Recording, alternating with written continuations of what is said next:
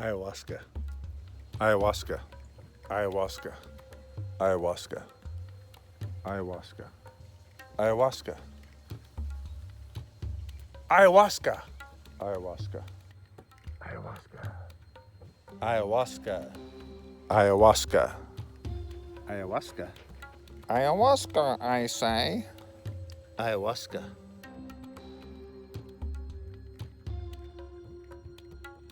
This is Steve, the Driving Gringo, coming to you from Irapuato, Mexico. And today's video, we're going to talk about, you guessed it, I'm not sure how you did, but good insight. We're going to talk about ayahuasca. And so just came off a ayahuasca ceremony here in Irapuato. And not only do I want to share the experience of that, but I get asked so many questions more about the practical side of ayahuasca. What's the diet look like? What should I eat before or after? Or what's some of the protocols? And so I want to answer a lot of those very practical questions for those of you that have maybe never participated but have been thinking about actually doing it. To kind of give you my background a little bit, by no means am I a shaman. I don't claim to be.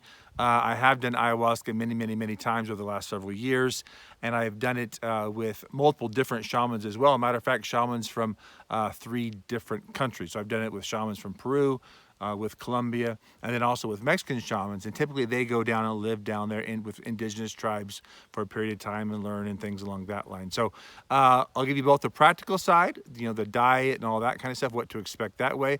And then I'll also give you, again, some of the spiritual revelation side. And then, whoa, my dog just hit the camera. And then on top of that, I'm going to tell you why I'm done with it. Never going to do ayahuasca again, I'm pretty sure. So this might not be the most... this is going to be more of a raw video. I'm just going to kind of to give you my thoughts and opinions. Might not be overly edited, might not be real fancy or anything like that. Okay, so over the years, my ayahuasca experience have been, similar in many ways, but then also very different. And you also have to understand when it comes to even making the ayahuasca that all shamans make it a little bit differently.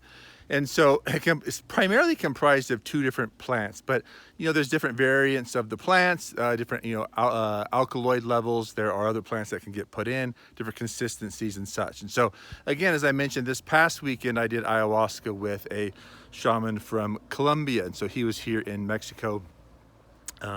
And so that's kind of where I participated. And it was very different. So typically the ayahuasca is in a tea, but this was actually in like a paste. It was almost like almost like peanut butter, if you will. So kind of before you even get started, typically there's a fire. There'll be some kind of, pre-ceremony as far as, there might be a prayer where the shaman kind of, might discuss a little bit about the process. He might talk about, or she might talk a little bit about just asking God's blessing, kind of drive away anything evil, those types of things. Again, it all is different based upon the shaman that you are utilizing. So then there's going to be some kind of a line, or maybe you're in a circle. Normally to get the tea, the ayahuasca, you have a little like ounce kind of cup.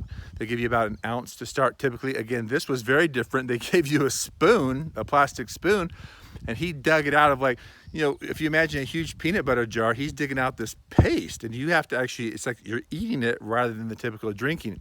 And I found it to be even more disgusting. The taste is absolutely nasty and disgusting. There's no question about it. So then you kind of go back to where it is you're hanging out. Again, if I was going to go do another ayahuasca experience, what you want to bring, if you're a newbie, you want to have like, a sleeping bag, maybe a mat to lay on, depending on where you go. They might offer different things.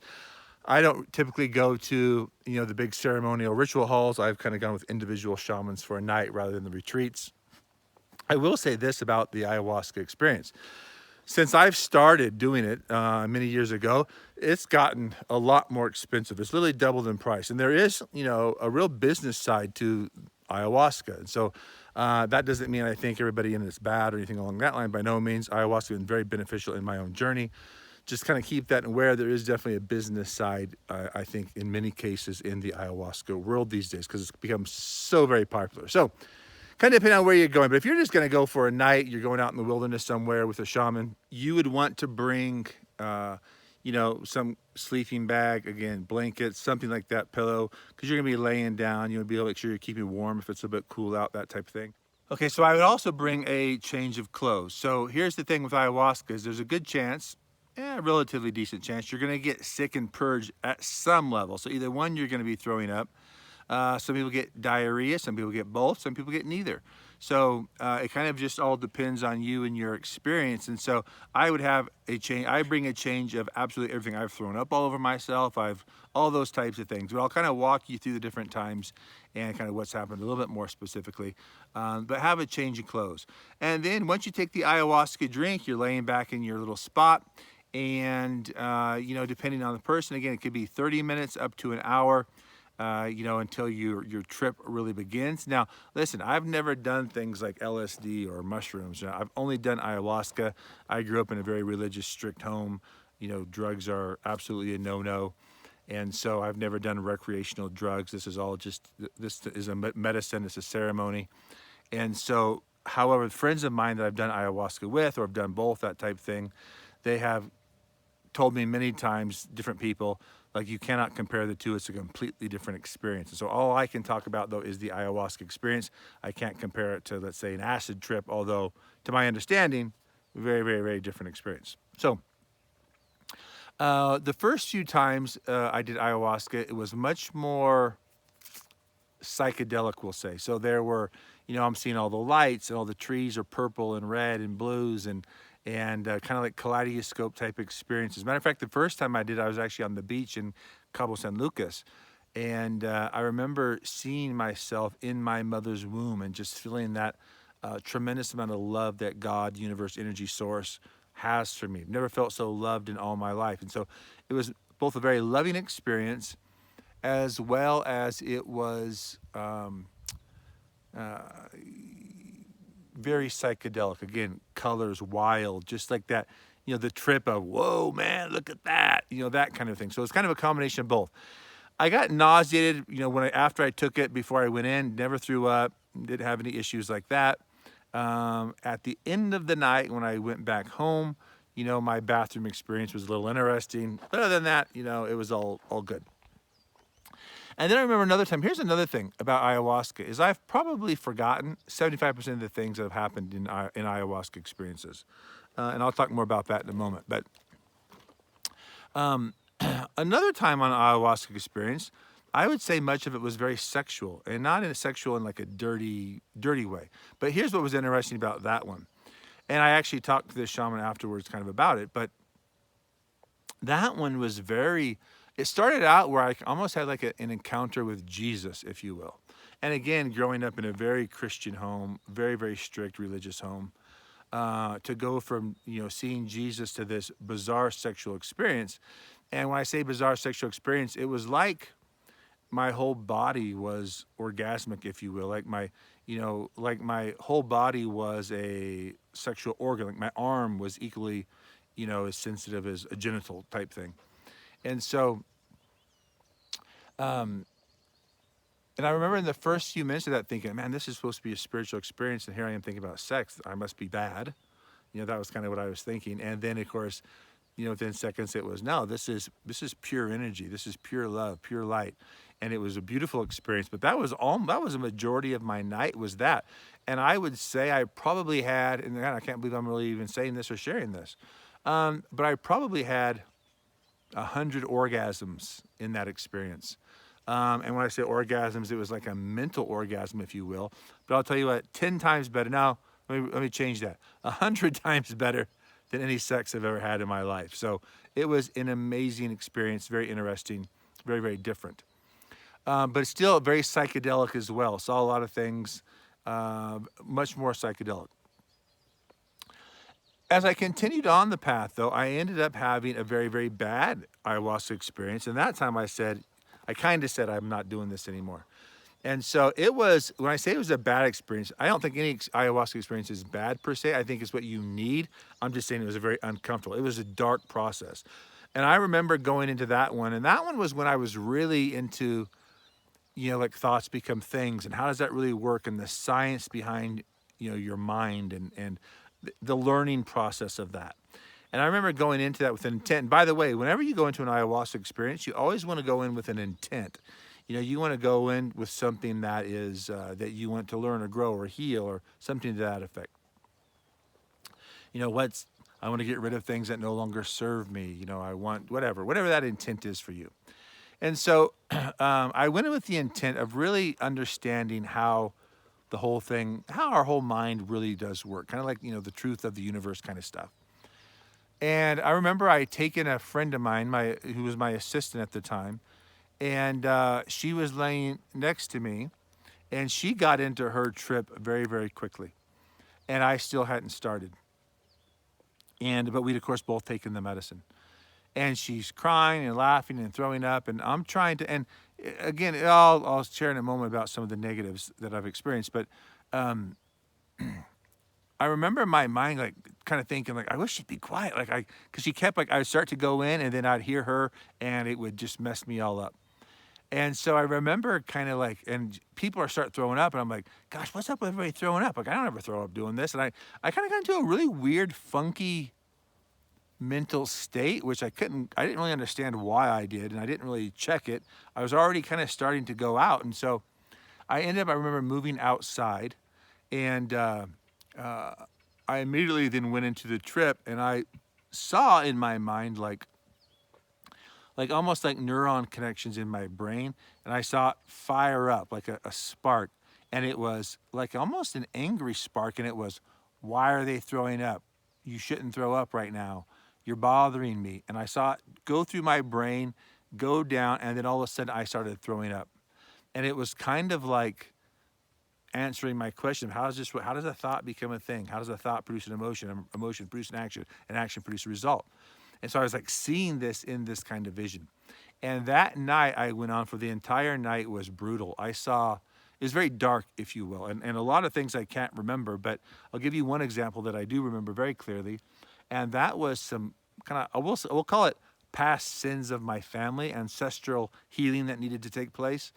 I saw, I won't say specific names, but I saw past generations of my family, people that I knew who are long gone, committing crimes, for example. And then I was kind of almost like repenting or seeking forgiveness on behalf of my family. Now, one could interpret something like that two ways, really. One could be, listen, your brain was just going wacky on ayahuasca, right? Another interpretation could be, hey, there was some generational healing, a generational curse that need to be broken. Now, let's explore the first one, because here would be kind of, I think, how you could argue that. Think about, like, before you go to bed, if you think about something. You think about, matter of fact, last night I was watching some highlights of my football team there, some highlights from their preseason games, etc. I had a dream last night about football. And so obviously I was thinking of that before I went to bed. It popped up in a dream. So therefore, your brain could do things that could almost just make things up, so to speak, I guess you could call it. However, how I would argue that in this ayahuasca experience, as far as is it real or not real, and of course I have my own belief about it, but I'm just talking from a neutral standpoint, is this isn't a family member that I think about, somebody who died when I was, 6, 7, 8 years old.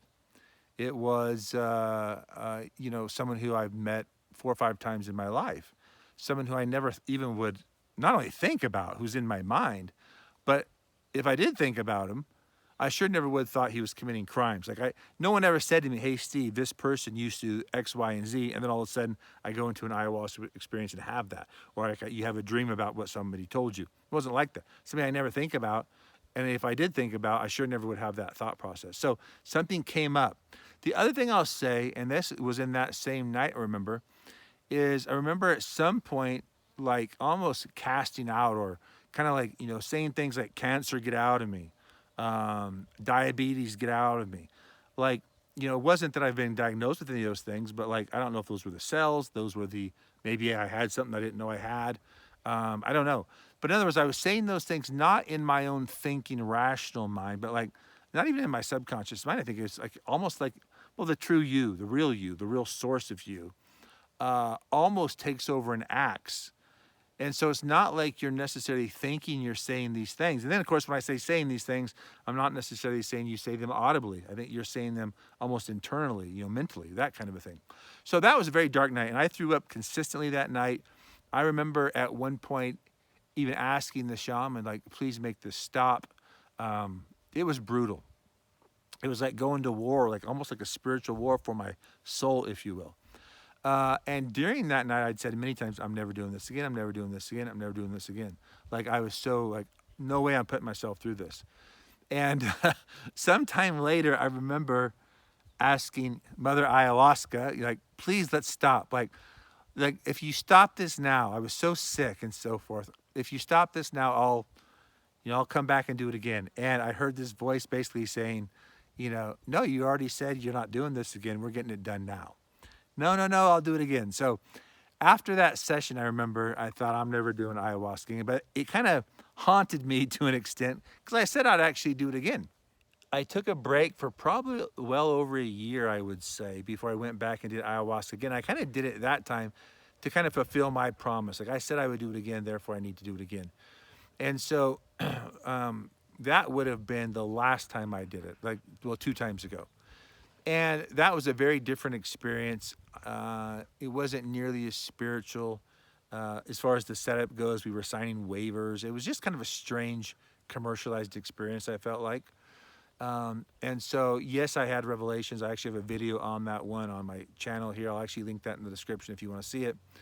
I did have some spiritual revelations and such, but not to the extent in which I have in the past. And let's see, sickness-wise, not a lot of throwing up, but it was some bathroom kind of stuff going on. And I'll tell you why I brought that up in a second. And then I just did a course again this weekend. And so here's kind of what happened this past weekend. So when I already told you it was the paste and such, but because of the rain, this is rainy season here. Instead of being outside as it was planned to be, we were inside an area, and it was very cramped. There was probably 40-ish people in a fairly small area, and there was one bathroom. And it's like, again, if you've ever done ayahuasca, you need access to a bathroom or it could get ugly. And so the whole thing was just kind of uncomfortable. Obviously we're in, pandemic coronavirus time, which that's not really on the forefront of people's minds here, but very cramped quarters and such. And again, you have people that are throwing up, you have people that are, bathroom issues, things like that, and it's very tight, close quarters. So it was uncomfortable. I did have kind of like 3 or 4 interesting revelations. One was a focus on just being and not doing. I'm a person that got to get things done. What am I going to accomplish? And there was part of it was a focus on really being. I won't go really deep into that. Another one that was very big was kind of like my position in the universe, or our position as people, who we truly are.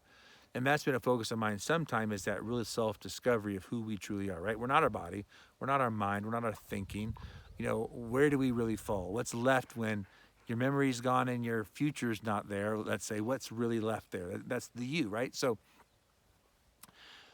what I saw was, and so during it, I saw this kind of vision or this conversation, and it was so crystal clear. And I remember even saying, like, gosh, how have I missed this? How have I not ever seen this before? This is so obvious how the universe works. And then the next day when we woke up and we're done on the way home, I remember telling my friend, like I had a hard time explaining it. Like, in other words, it was so crystal clear during that time. And then afterwards, it wasn't nearly as clear. And so I'm like, okay, this isn't as permanent, maybe, some of these things, as I really want it to be. But what I really saw was it was me, so take, like, or you, like, that we're not inside the world is really inside of us. We live in an inside-out universe.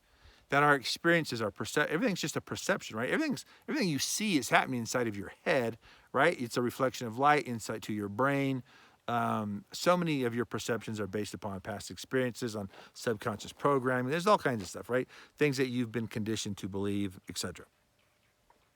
And if you don't think you've been conditioned to believe something, the average person would describe, let's say, beauty a certain way. Well, go back 20 years, at least in my lifetime. If you look at what's a beautiful woman back in the day was, when I was a kid, there was a model named Twiggy, who was literally as skinny could be, no curves, skinny. Then, of course, you had something like Marilyn Monroe, much more voluptuous. Then you get into the days of, J-Lo, right, where there's thick but not fat. I mean, there's cultures that before a wedding, women will eat this carbohydrate porridge and gain as much weight as they can. The bigger you are, the more beautiful. I'm not saying what's beautiful or not. I'm not discriminating against any body type. Please don't misunderstand me. I'm giving you an example that society changes what is considered to be externally beautiful, and we buy into it as humanity. So you've been programmed to believe certain things. That's the entire point here. By no means am I discriminating against anyone or their body type. So everything is really a perception, everything we see, because it's just happening inside of our own brain. We're manifesting it, if you will. And so I saw myself like holding the world, if you will, kind of like if I'm sitting in a Buddha position, the world is in my lap, like the world is happening inside of me. But then to experience the world, I want to have that experience. So I take a little caricature, a piece, like imagine playing, Monopoly or a game board. The dog or the old shoe in Monopoly. You put that inside the world so you can have that experience. Now that experience, your experience on earth can be positive, it can be negative. It can be painful, not painful. You can have moments of joy, moments of despair. Moments where you're extremely happy, let's say, moments of where it's tragedy, it's suffering, right? Your brain plays these tricks on you. But that's your caricature. That is your little piece. That's the thimble in Monopoly, right? That's what that is. That's you having that experience, if you will. And it's in effect is God's way of getting to know itself. It's its own creation, right? It's contrast. It's for me to understand love, peace, joy. I have to understand discord and things like that, right? And so in that process, even it was so obvious to me, and it was so clear that this is how the universe is working. But even as I explained, it just doesn't have the same oomph or power, or doesn't make sense like it did then. And so, and there's other things that kind of popped up that way as well. But going back to being that character, it's when that character really understands who you truly are, that you are just a piece in the puzzle. That's who in transcendence, true peace, the peace that passes all understanding, as the good book says. It's what Buddha taught. It's what all Jesus. It's all the great spiritual teachers. Is when you understand who you truly are, that you are a son of God, that you're that sitting, you're the guy holding the universe, if you will, going, I'm just playing a part here. When you understand that, that's that bliss. That's every great spiritual teacher, whether you talk about an Eckhart Tolle in today's modern world, or you talk about, the Buddhas and Krishnas and people. So anyway, why then am I done with ayahuasca? One is well, what I've come to believe really is, as I mentioned earlier, is that there's so many things, so many revelations that I've forgotten. And I'm to a place where I want that understanding. I don't need a drug to get that understanding. Or if you look at a lot of yogis and such, right? People that will meditate for 2 weeks in a row and never come out of it. Where are they at? They're doing the same thing somebody on ayahuasca is doing, but it's the real deal. I mean, you're not using something to enhance that dimensional experience. Now, do I believe in ayahuasca? Yes. Do I believe ayahuasca is great for healing traumas? Yes. It's done amazing things in my own life. It's done amazing things in the lives of people that I've taken with me. And I've seen it, where I know like in Thailand, they're using ayahuasca to break heroin addictions. And, there's so many people that have received such healing from ayahuasca, that is definitely a very good positive thing. I think for me personally, I'm only talking about my personal experience, that path has somewhat ran its course. Although again, there could be a time in the future when I go, you know what? It's time for me to go back at it again. I don't know. The other thing was we were in such a close quarters and it was gross. It was like, I don't think I have to put myself through this nasty, sick. The last 2 times I've gotten more sick than I typically had before. It's been less psychedelic and more in-depth, which is a good thing, the in-depth part. But I don't think I had to get that sick to really connect with God, if you will. So that's become my perspective now.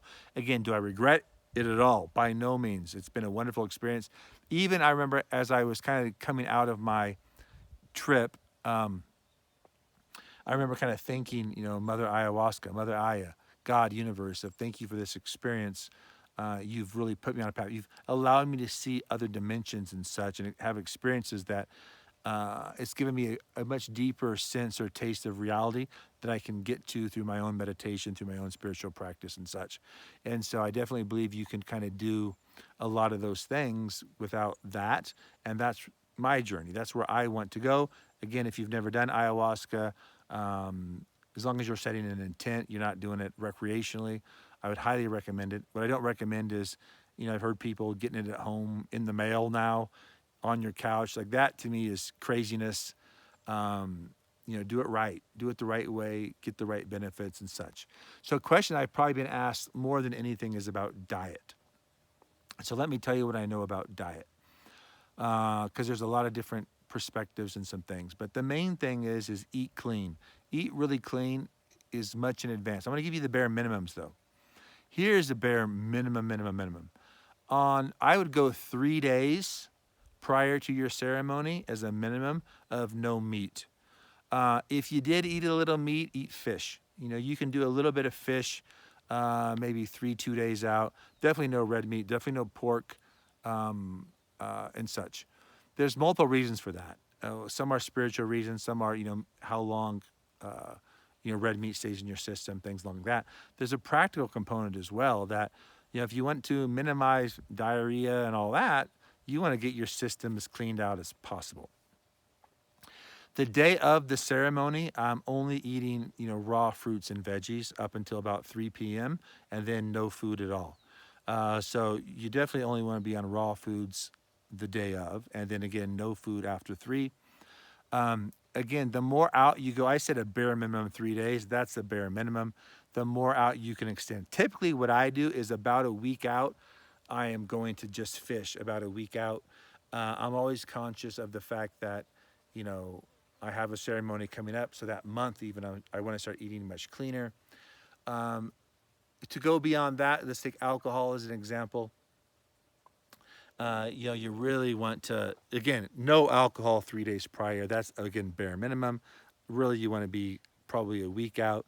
Again, there's diets and ceremonies where maybe a month. There's 3 months worth of this kind of stuff. I'm giving you just kind of bare minimums. If you're not going to meet the bare minimums, I wouldn't even do it. That's kind of would be my take. That's what I'm giving you here. So I'm not saying that's a perfect diet. What else about diet? Oh, no sex for 3 days. So 3 days prior to your ceremony, no sex. Also, and this is where I've not done a good job. I have not done a good job. I'm trying to get that sunlight off my nose right there that I can see. But okay, right about there. No, put my head down like that. Afterwards, you really want to kind of keep the same diet for 2 or 3 days after your ceremony. I have not done a good job on that. I have a tendency to just go eat whatever I want because I've been so restrictive. The reason for continuing the diet a little bit afterwards is you're still in a healing process. Just because you're done with the trip doesn't mean the healing is finished. And so you want to allow yourself to continue to heal. That's kind of the purpose of that. But again, I've not done a good job at that personally in all my ayahuasca experiences. Okay, so let's talk about this purging for a moment. So again, very common that people throw up, very common that people get like diarrhea, nausea, that type of thing. So the whole idea of purging is kind of twofold. One, that you're getting up, the bad energy. You're getting up all the stuff in you that doesn't belong. As as your body's healing, your mind, your spirit, as that healing's taking place, you're, physically getting out some of that bad energy. So that's one concept. Another concept, though, and this kind of goes into why I think I'm kind of done with ayahuasca. I think there's another portion here, and I kind of got this from Sanguru. If you've ever listened to him, he's like an Indian mystic, and this is what he kind of talks about. Is if you go back in ancient times, you go back when people started doing ayahuasca, and you're looking out here in the Amazonian jungles where this comes from. These are people that are living in the jungle. Now, all of us have tons of parasites in our body. You have good parasites, good bacteria, bad parasites, bad bacteria, all that. You have the good and the bad. But when you live in a place like the jungle, you're getting enormous concentration amounts of different parasites and such. And so there was a concept of purging and taking things to purge that not only had a spiritual benefit, but very much a physical benefit as well. And so, you're getting as you flush out your entire system, You're getting everything out of there. So it's a way to kind of clean out a lot of your parasites and such. And so being that we live in a more modern era, how much is that really needed? Again, I don't know. I'm not claiming to be an expert. I'm just telling you some of the feedback that I've gotten and things that I've heard and such. I know, going back, many, many, many years ago, it was very common that you'd flush the system occasionally to where, you were basically just white liquid, clear that water's coming out of you, right? It's to flush the system. So it was physical things, not just spiritual things. And so, again, I think you can get into your mindset, get into this present moment, get into a very meditative state where you can experience a lot of the mental benefits without necessarily going through some of the physical ones. And so, again, not saying I'm an expert, just kind of a thought. So as a closing, guys, I really hope this answered any questions that you have. If you've never done ayahuasca before, if you want some areas of healing, you want some enlightenment, I would highly, highly recommend it. I think it's a great experience as long as you go in with the right intent. I highly discourage any kind of like recreational, hey, let's just go have a fun trip, and don't take it seriously. Or if you're drinking, people take other drugs with it. The other thing I will mention is if you are on, there's different medications that one can be on that has an effect on your ayahuasca. A big one is antidepressants. And so I would definitely consult your doctor. Antidepressants are a big one. You need to be off that stuff before you take ayahuasca. And so again, I'm not a doctor. I don't want to get too much into that, and I have no liability for what people do. But antidepressants will interfere with your ayahuasca experience. And so, guys, I do recommend it. I recommend doing it smartly, wisely, safely. Check out who you're doing it with. Again, there are places where it's become more of a business than anything else, where people have been taken advantage of. So just kind of watch yourself, like anything in life, right? Be smart, use common sense. And with that, guys, peace, love, namaste to your journey. Be blessed. Guys, if you did find this video helpful, this is answering some questions for you, please like the video. Again, put any questions you have in the comments below. If you're not subscribed and you like this kind of content, please think about and consider subscribing to the channel. I appreciate you very, very much.